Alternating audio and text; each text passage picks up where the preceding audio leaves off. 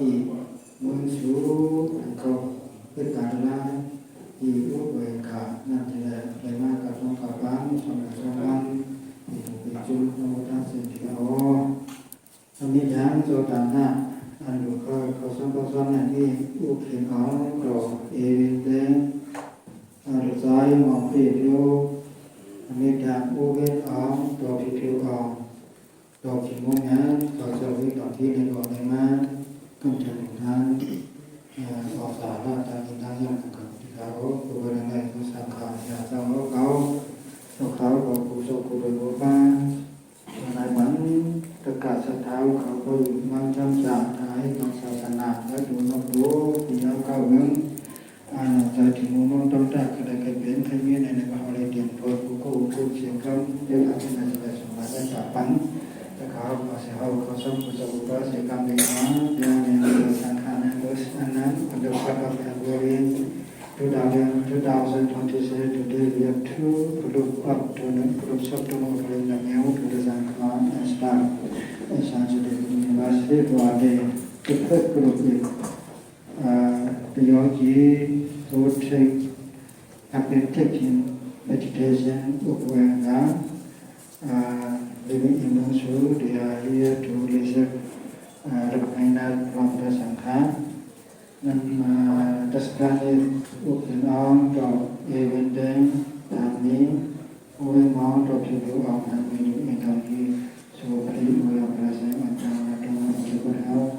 online happiness and happiness through divine unity constitution.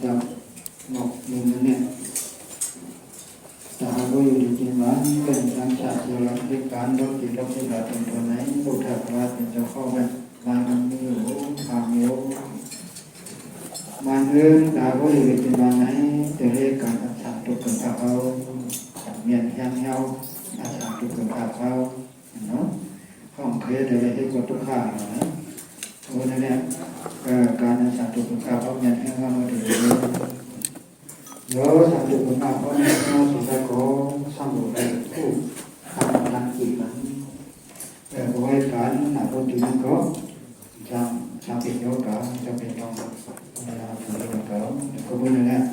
เขาเงียบเป็นเที่ยงเขาเป็นเที่ยวเสียดายจะได้พบกันกับอีกนะถึงมาบ่ายสามท่านอยู่ได้กินกันอันเป็นอาจารย์ละคำนั้นเมียนคำนั้นเมียนถูกนั้นขี้เงาคำนั้นเมียนจ้องนั้นใส่เขาเมียนถูกนั้นขี้เงาเอาเดียวนั้นเพราะสมนามให้ท่านกินให้กับความหมายเป็นนะโยกเอาให้75%ในของทำกินตัวเองเขากินนั่งกินนั่งทำยังเรียนดูเรียนใส่เอาเรียนดูเรียนลงเอาเนาะธรรมะหมายสิก็ไม่อยู่เลยใกล้ตรงใกล้เหมือนใกล้ออกเขาตั้งใกล้ตรงใกล้เหมือนปัญหาตั้งตั้งหาเพราะทำไมเรื่องนี้สิ่งนี้ท่านจุลิจักรรมก็จะบอกว่าบอกสิงหาเซนในตรงนี้สิงหาเซนในตรงนี้ดังนั้นก็ต้องบอกให้พวกคนดีพวกให้พวกคนดีวันนั้นเนี่ยชูการดีนึงด้านนึงชูการเสียงก็เสียงนึงให้ลองดีในบอกให้เขาอาสาเขาป้อนเขาก็วันไหนถ้าเขาลองอาสาเงียบยาวก็ยังจำได้มีหาปัญหาวันไหนการลองเขาถูกอุปกรณ์เราไว้พักสอดคอยมันถือไรตั้งกำปั้นอะไรอาสาเงียบยาวอยู่เช้าก็จะยินดีใจให้กันดีโพสุขเรามีกว่าที่เราคาดของเสียงไปนะเขากันกว่าเขาตัดเขากันคำถามมันยิ้มชุบยิ้มโป้งยิ้มเลย